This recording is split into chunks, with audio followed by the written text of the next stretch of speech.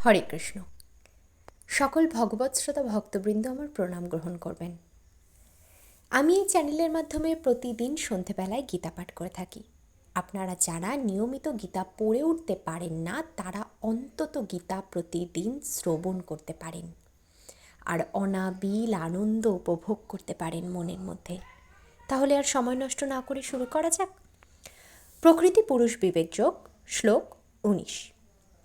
ইতি ক্ষেত্রং তথা জ্ঞানং জ্ঞেয়ং চুক্তং সমাসত মদ্ভক্ত এতদ্দিগায় মদ্ভাবায় পপদ্যতে। অনুবাদ: এভাবেই ক্ষেত্র, জ্ঞান ও জ্ঞেয় এই তিনটি তত্ত্ব সংক্ষেপে বলা হলো। আমার ভক্তই কেবল এই সমস্ত বিদিত হয়ে আমার ভাব লাভ করেন। তাৎপর্য: ভগবান এখানে ক্ষেত্র অর্থাৎ শরীর, জ্ঞান ও জ্ঞেয় এই তিনটি তত্ত্বের সংক্ষিপ্ত সার বর্ণনা করেছেন। এই জ্ঞান হচ্ছে তিনটি বিষয়ের জ্ঞাতা, জ্ঞাতব্য ও জ্ঞান আহরণের পন্থা। যুক্তভাবে এদের বলা হয় বিজ্ঞান। ভগবানের অনন্য ভক্ত সরাসরিভাবে শুদ্ধ জ্ঞান উপলব্ধি করতে পারেন, কিন্তু অন্যদের পক্ষে এই জ্ঞান লাভ করা সম্ভব নয়।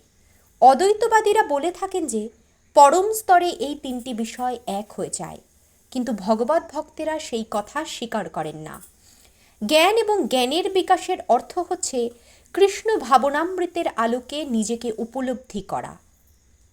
আমরা জড় চেতনার দ্বারা পরিচালিত হচ্ছি, কিন্তু আমরা যখনই আমাদের সমস্ত চেতনা কৃষ্ণোন্মুখী করে তুলি এবং শ্রীকৃষ্ণকে সর্বকারণের পরম কারণ রূপে উপলব্ধি করতে পারি, তখনই আমরা যথার্থ জ্ঞান প্রাপ্ত হই।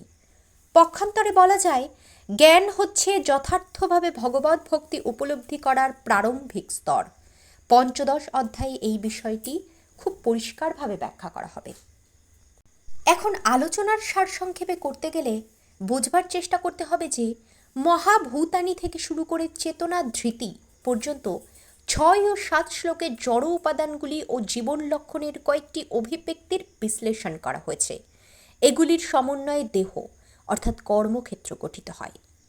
আর অমানিত্যম থেকে তত্ত্বজ্ঞানার্থ দর্শনম পর্যন্ত 8 থেকে 12 শ্লোকে জীবাত্মা ও পরমাত্মারূপী উভয় ক্ষেত্রজ্ঞের স্বরূপ উপলব্ধি অর্জনের উপযোগী জ্ঞান আহরণের পন্থা বিবৃত হয়েছে। তারপরে অনাদি মৎপরম থেকে আরম্ভ করে হৃদি সর্বস্ব বিশিষ্টম পর্যন্ত 13 থেকে 18 শ্লোকে জীবাত্মা ও পরমেশ্বর ভগবান অর্থাৎ পরমাত্মার বর্ণনা দেওয়া হয়েছে। এভাবেই তিনটি বিষয় বর্ণিত হয়েছে: ক্ষেত্র অর্থাৎ শরীর, জ্ঞান উপলব্ধির পন্থা এবং জীবাত্মা ও পরমাত্মা। এখানে বিশেষভাবে বোঝানো হয়েছে যে কেবলমাত্র ভগবানের শুদ্ধ ভক্তেরাই এই তিনটি বিষয় পরিষ্কারভাবে বুঝতে পারেন। সুতরাং এই সব ভক্তদের কাছে ভগবদ্গীতা অত্যন্ত প্রয়োজনীয়। তারাই পরম লক্ষ্য পরমেশ্বর শ্রীকৃষ্ণের ভাব লাভ করতে পারেন।